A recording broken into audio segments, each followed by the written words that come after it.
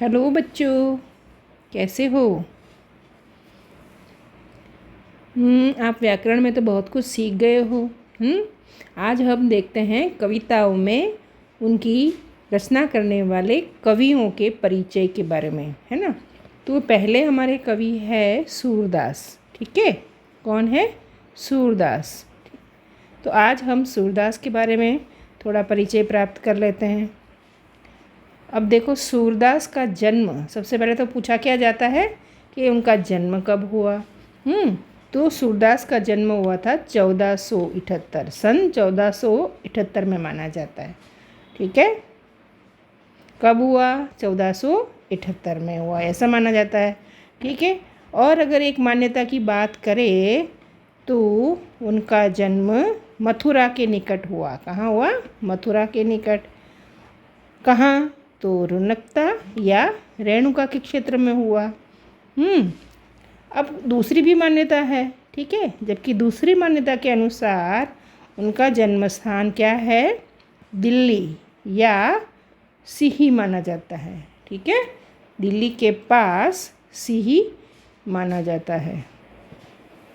तो दूसरी मान्यता के अनुसार उनका जन्म स्थान दिल्ली के पास सिही माना जाता है। ठीक है, तो पहले के अनुसार तो मथुरा के निकट रुनकता या रेणुका क्षेत्र में, और दूसरा है दिल्ली के पास सिही में माना जाता है।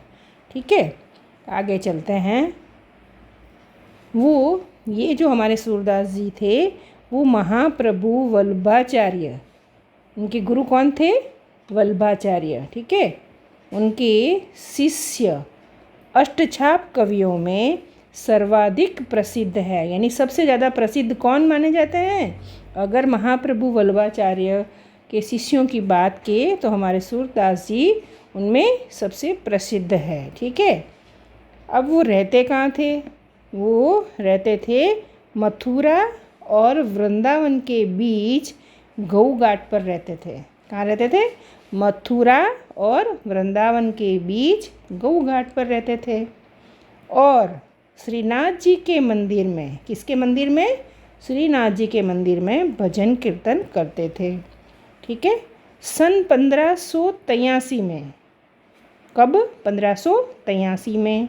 कहाँ? पारसौली में उनका निधन हो गया। ठीक है, आगे चलते हैं।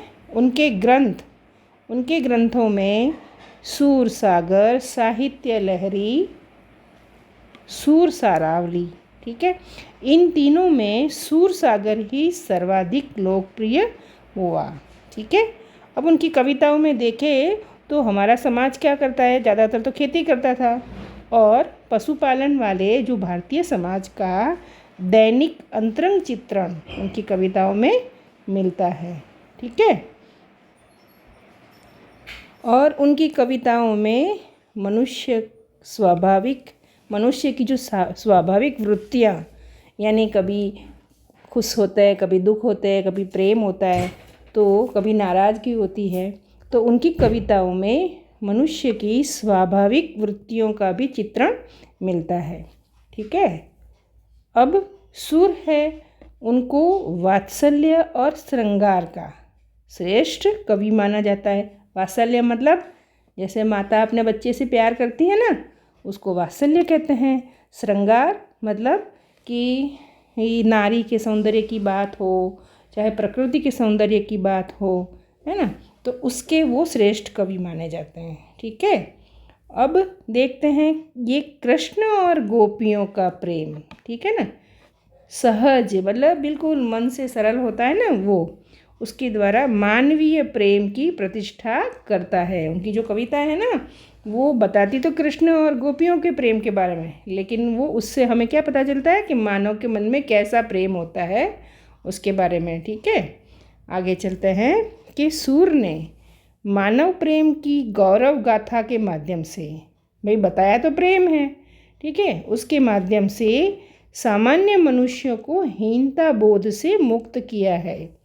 यानी कई बार सोचते हैं ना कि अरे ये प्रेम अच्छी बात नहीं है, ये मुझे तो हो गया, लेकिन यहाँ ये बता रहे हैं कि भाई मनुष्य को उसमें कोई हीनता लाने की, मन में कोई ऐसे अपने आप को बुरा मानने की ज़रूरत नहीं है। ठीक है, उनमें जीने की ललक पैदा की उन्होंने, अपनी कविता के माध्यम से उन्होंने जीने की ललक पैदा की। ठीक है, उनकी कविता में भाषा कौन सी मिलती है, तो हम कहेंगे ब्रज भाषा, है ना। ब्रज भाषा का निखरा हुआ रूप सामने आता है। क्या आता है, तो उनकी कविताओं में ब्रज भाषा का निखरा हुआ रूप है ना। निखरा मतलब जैसे पहले ब्रज भाषा थी उससे थोड़ी सी अच्छे रूप में। ठीक है, ये कविताएं लोकगीतों की परंपरा की श्रेष्ठ कड़ी है। लोगों में हम देखते हैं कि कुछ लोकगीत गाँवों में पुराने टाइम से प्रचलित हो गए हैं। ठीक है, तो उन्हीं लोकगीतों को इनकी कविताओं में देखा जा सकता है ना। तो अब हम शॉर्ट में उनका वापस रिवाइज करें तो हम क्या कहेंगे कि भाई जन्म हुआ सन 1478 में, कहाँ, मथुरा के निकट रोनकता या रेणुका क्षेत्र में। दूसरी मान्यता के अनुसार हो गया दिल्ली के पास सिही में। ठीक है, ये वल्लभाचार्य के शिष्य थे। कहाँ रहते थे, गऊ घाट पर। क्या, कहाँ पर वो भजन कीर्तन करते थे, तो कहते हैं श्रीनाथ जी के मंदिर पर। मृत्यु कहाँ हुई, 1583 में पारसौली में। ठीक है, उनके ग्रंथ कौन से थे, सूरसागर, साहित्य लहरी, सूरसारावली। ठीक है, उनमें सबसे प्रसिद्ध कौन सा हुआ, सूरसागर। और उनकी कविताओं में क्या देखा जा सकता है, तो कहते हैं मनुष्य की स्वाभाविक वृत्ति देखे जाते हैं और उनके दैनिक जीवन के अंतरंग बातें देखी जाती है। उनकी कविताओं में क्या देखा जाता है, कौन सा रस देखा जाता है, तो हम कहेंगे वात्सल्य और श्रृंगार देखा जाता है। उनकी कविताओं में कौन सा, किसका प्रेम दिखता है, तो कृष्ण और गोपियों का प्रेम दिखता है। भाषा कौन सी होती है, ब्रज भाषा, है ना। तो इसी कविता के ही ये जो हमारे कवि परिचय है, ये हमें पूर्ण रूप से तो लिखना ही है, साथ में ही ये छोटे छोटे प्रश्न के रूप में भी काम आ सकता है ना।